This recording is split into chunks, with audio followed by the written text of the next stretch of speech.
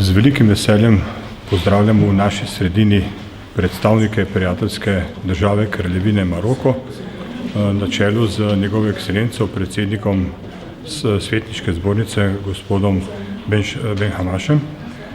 Zelo smo zadovoljni z načinom razumevanja svetovnih in regionalnih problemov, ki ga je prezentirala maroška delegacija. Prizadevali si bomo, da bo obisk v Republiki Sloveniji potekal v čim bolj plodnem vzdušju, ker gre za dve prijateljski državi, gre za dve komplementarni gospodarstvi, gre za veliko skupnih interesov, ki so v tem trenutku zreli za implementacijo tako na gospodarskem kot na političnem in kulturnem sodelovanju.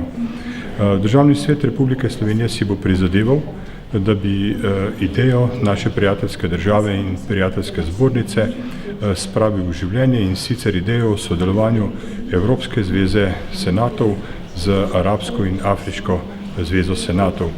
V državnem svetu bomo prav tako poiskali načine, da bi odprli vrata gospodarskemu, političnemu in kulturnemu sodelovanju seveda v skladnosti z vlogo, ki jo ima državni svet v političnem in družbenem življenju Republike Slovenije.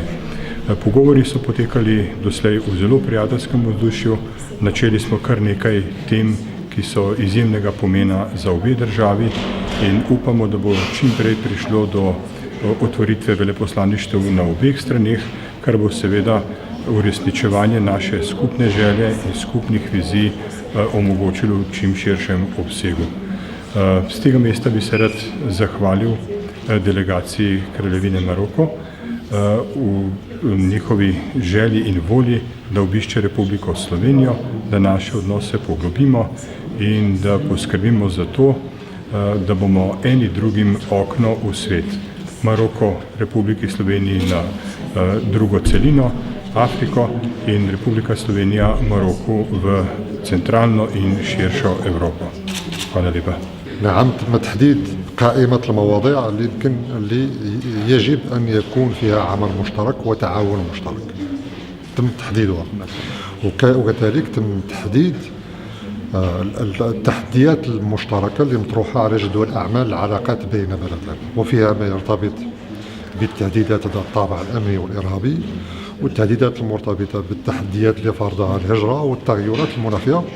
لكن في الإجمال، في الخلاصة، القناعة اللي تبلورت عندي وعند أصدقائي أعضاء الوفد المغربي هي أن العلاقات المغربية وسلوفينيا ستبدأ اليوم بكتابة صفحة جديدة، هذه المرة فيها شراكة أقوى وفيها تعاون أوثق وفيها خطوات ملموسة سيتم إحرازها إن شاء الله في المستقبل لاستغلال واستثمار كل الفرص الهائلة الموجودة بين بلدين.